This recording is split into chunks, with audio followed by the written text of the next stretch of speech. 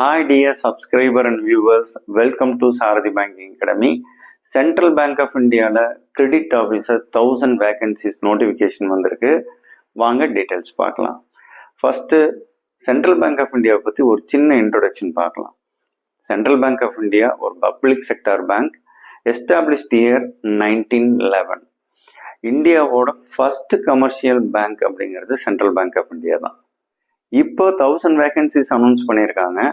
Post credit officer in junior management grade scale 1, assistant manager போஸ்ட்டுக்கு தான் இப்போ கேட்டிருக்காங்க.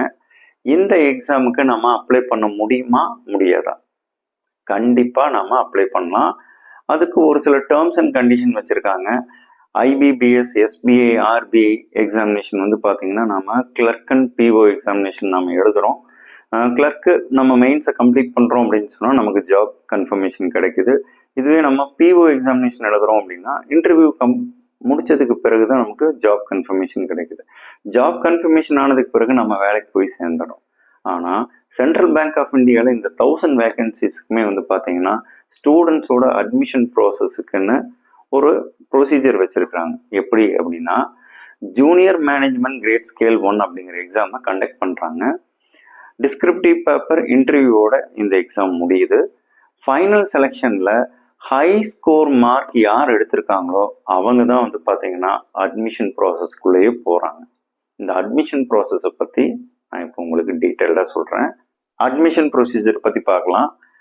ஃபைனல் செலெக்ஷன் முடிஞ்சதுக்கு பிறகு அட்மிஷன் வராங்க இல்லைங்களா, அவங்க எல்லாருமே வந்து post graduate diploma banking and finance, அதாவது பிஜிடிபிஎஃப் அப்படிங்கிற 1 year கோர்ஸை ட்ரைனிங்காக வந்து சென்ட்ரல் பேங்க் ஆஃப் இந்தியா கொடுக்குறாங்க. இந்த ட்ரைனிங் வந்து பார்த்தீங்கன்னா ஒரு பெரிய இன்ஸ்டியூட்டில் தான் நடக்கும். அந்த இன்ஸ்டியூட்டோட டீட்டெயில் இப்போ அவங்க கொடுக்கல.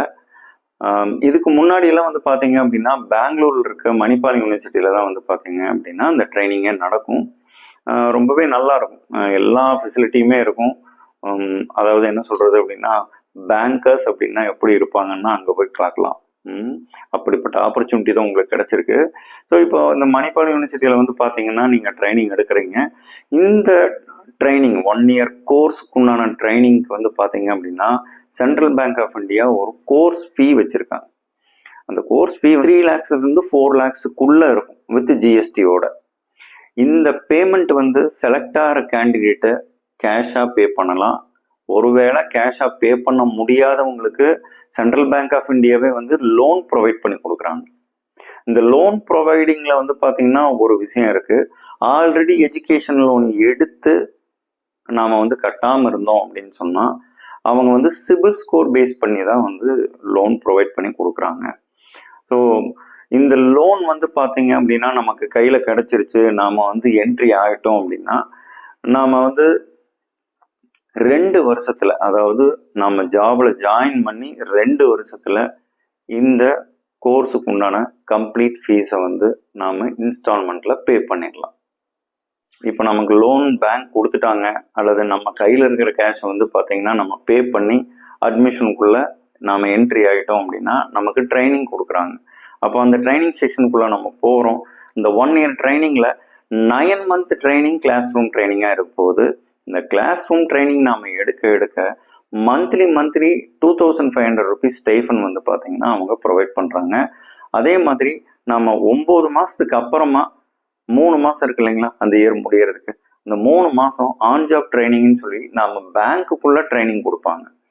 அப்போது மாதம் அவங்க 10,000 ரூபாய் ஸ்டைஃபன் கொடுக்குறாங்க. 1 year டியூரேஷன் கம்ப்ளீட் ஆனதுக்கு பிறகு சென்ட்ரல் பேங்க் ஆஃப் இந்தியா உங்களுக்கு பிரான்ச் அலோகேட் பண்ணுவாங்க. அந்த பிரான்ச்சுக்கு நாம் போய் ஜாயின் பண்ணும்போது அசிஸ்டன்ட் மேனேஜர் அப்படின்னு போய் ஜாயின் பண்ணலாம். நாம் எந்த பிரான்ச்சில் ஜாயின் பண்ணமோ அந்த பிரான்ச்சில் குறைஞ்சபட்சம் நாம் ஒரு 5 வருஷம் ஒர்க் பண்ணணும். 5 வருஷம் ஒர்க் பண்ணி முடிச்சதுக்கு பிறகு பேங்க்கு கொடுக்குற பெரிய ஆஃபர் என்ன அப்படின்னா நமக்கு ரீஇம்பர்ஸ்மெண்ட் கொடுக்குறாங்க. நாம் படித்த கோர்ஸ் ஃபீஸை மட்டும் நமக்கு ரிட்டர்ன் பண்ணுறாங்க. இதை வந்து நோட்டிஃபிகேஷன்லேயே மென்ஷன் பண்ணியிருக்காங்க, நீங்கள் பார்க்கலாம். நீங்கள் இந்த எக்ஸாம் அப்ளை பண்ணுறதுக்கும் ஃபீஸ் பே பண்ணுறதுக்கும் 30/1/2025 20/2/2025 வரைக்கும் டைம் இருக்குது. அதே மாதிரி கேட்டகரி வைஸ் வந்து பார்த்தீங்கன்னா SC, ST, OBC, economically weaker section, PWD இது எல்லாமே கேட்டகரி வைஸ் அவங்க வேக்கன்சிஸ் அலோகேட் பண்ணியிருக்காங்க. சேலரி பேக்கேஜும் பேசிக்லேருந்து நோட்டிஃபிகேஷனில் அவங்களே கொடுத்துருக்குறாங்க. ஏஜ் மினிமம் 20லேருந்து மேக்ஸிமம் 30 இயர்ஸ் வரைக்கும் இருக்கலாம். இதில் முக்கியமான ஒரு எலிஜிபிலிட்டி என்ன அப்படின்னா, ஜென்ரல் கேட்டகரியில் இருக்கிறவங்க அண்டர் கிராஜுவேட்டில், அதாவது உங்களுடைய டிகிரியில் 60% மார்க் கண்டிப்பாக எடுத்துருக்கணும். அதே மாதிரி எஸ்சி, எஸ்டி, ஓபிசி, பிடபிள்யூடியில் இந்த கேட்டகரியில் இருக்கிறவங்க அண்டர் கிராஜுவேட் டிகிரியில் 55% மார்க்கு கண்டிப்பாக எடுத்துருக்கணும். இதுதான் முக்கியமான எலிஜிபிலிட்டி. இந்த எலிஜிபிலிட்டி இல்லை அப்படின்னு சொன்னால் நாம் எக்ஸாம் அப்ளை பண்ண முடியாது. அடுத்தது selection procedure, descriptive paper, personal interview, இது இல்லாமல் செலெக்ஷன் இருக்காது. கண்டிப்பாக இதுதான் நமக்கு ஃபைனல் அந்த செலெக்ஷன் ப்ராசஸாக இருக்கும். அதே மாதிரி ஸ்ட்ரக்சர் ஆஃப் எக்ஸாமினேஷன் அப்படின்னு சொல்லும்போது வந்து பார்த்தீங்கன்னா, இங்கிலீஷில் 30 கொஸ்டின் 30 மார்க், குவான்ஸில் வந்து 30 கொஸ்டின் 30 மார்க், ரீசனிங்கில் 30 question 30 mark, general and banking அவேர்னஸில் வந்து பார்த்தீங்கன்னா 30 கொஸ்டின். இப்போ டைமிங் வந்து நமக்கு டோட்டலாக 90 மினிட்ஸ். இங்கிலீஷுக்கு 25 மினிட்ஸ், குவான்ஸுக்கு 25 minutes, reasoning 25 minutes, general and பேங்கிங்க்கு 15 மினிட்ஸ்.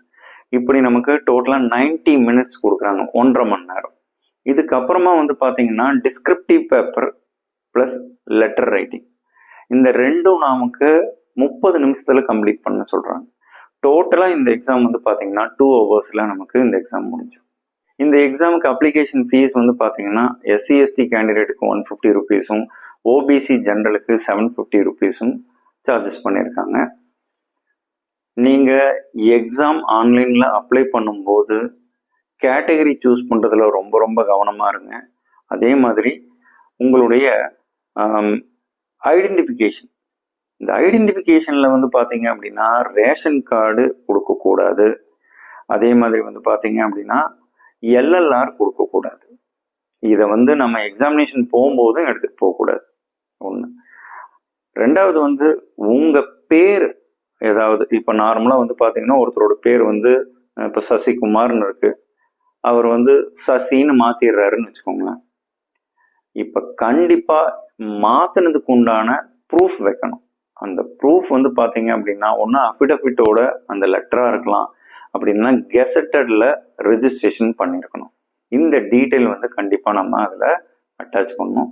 உங்களுடைய சிக்னேச்சர் வந்து பார்த்தீங்க அப்படின்னா கேபிட்டல் லெட்டரில் இருக்கவே கூடாது. சிக்னேச்சர் போட்டு பழகாதவங்க சிக்னேச்சர் போட்டு பழகிக்கோங்க. கேபிட்டல் லெட்டரில் சிக்னேச்சர் போட்டிங்கன்னா அது அலௌடு கிடையாது. உங்களுடைய தம்ப் இம்ப்ரெஷன், அதுக்கப்புறமா வந்து பார்த்தீங்க அப்படின்னா உங்களுடைய ஃபோட்டோவில் ரீசன்ட் ஃபோட்டோ எடுத்துக்கோங்க. அதாவது இப்போ கூட நீங்கள் புதுசாக ஃபோட்டோ எடுத்து நீங்கள் அப்லோட் பண்ணிக்கலாம். இதுல எல்லாம் ரொம்ப ரொம்ப கவனமாக இருக்கணும். ஸோ நாம் யார் இனி ஃப்யூச்சரில் பேங்கர் ஆக போகிறவங்க நாம் மிஸ்டேக்ஸ் பண்ணக்கூடாது. உங்களுடைய அப்ளிகேஷனை நீங்களே அப்ளை பண்ணி பழகிக்கணும். இன்னொருத்தங்களை அப்ளை பண்ணி கொடுக்க சொல்லாதீங்க. நிறைய மிஸ்டேக்ஸ் பண்ணுவாங்க. நம்ம லைஃப்பை மற்றவங்ககிட்ட கொடுக்கக்கூடாது. ஸோ இது அட்வைஸ் கிடையாது, இது வந்து ஒவ்வொருத்தவங்களுக்கு உண்டான நாலேஜாக நம்ம ஷேர் பண்ணுறோம், அவ்வளோதான்.